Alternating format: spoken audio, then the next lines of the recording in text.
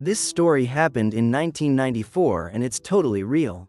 There are details you'll judge and draw conclusions about, but everything I'm going to tell you happened. I'm from a very small town in the north of the country, a few kilometers from the United States border. Maybe that's why Halloween was a deeply rooted tradition there. For kids like me, it was the most anticipated night of the year. We went out dressed as demons, our favorite monsters, and went trick-or-treating through the whole town. We visited the houses that decorated for us, the people who not only handed out candy but turned their homes into real horror walks.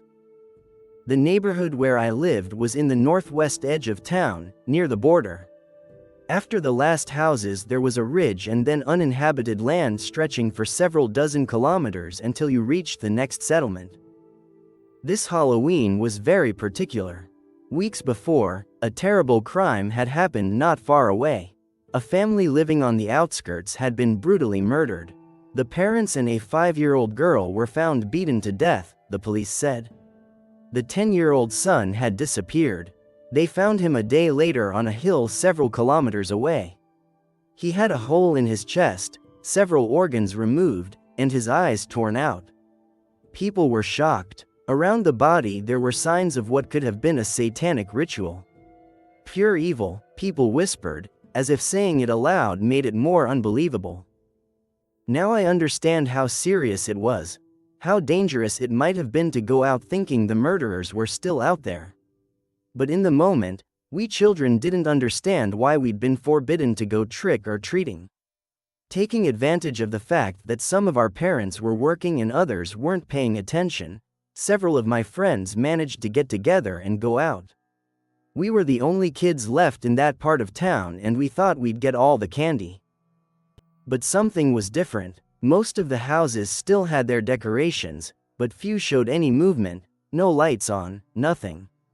It wasn't even 7 in the evening and the place already looked deserted. It seemed everyone had decided to lock themselves in. We saw people leaving a small church at the end of the street. They were coming out of their service. I don't remember their religion, but they surely weren't celebrating Halloween, so we didn't get close. An extremely thin woman of about 50 saw us and hurried over. "You shouldn't be on the street, kids," she said. I told her we just wanted to celebrate and get candy like every year.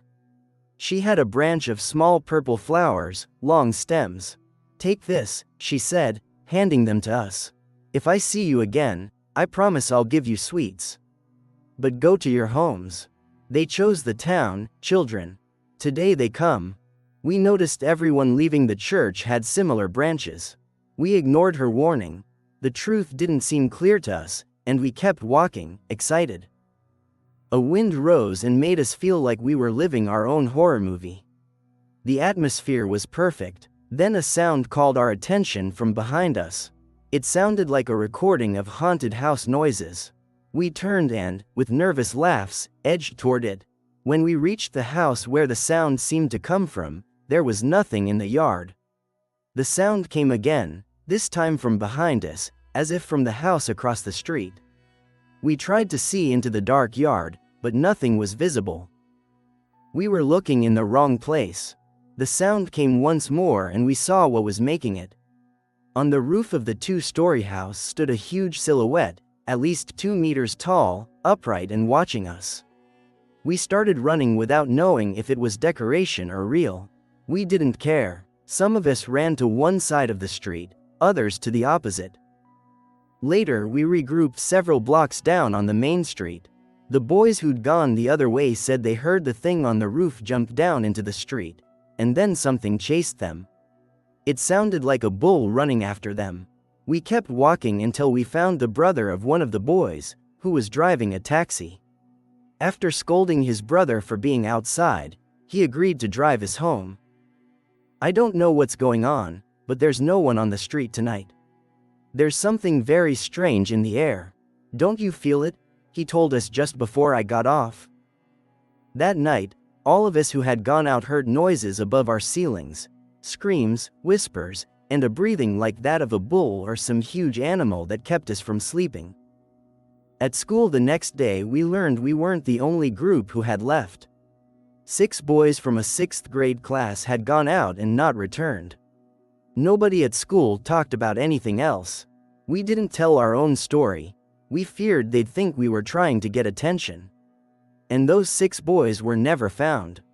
Investigators learned that an old man from a ranch several kilometers away claimed he had seen a man-like silhouette 3 meters high walking and followed by several children. He was known for not being entirely sane, so no one paid much attention to his statement. Many years passed before Halloween was celebrated there again.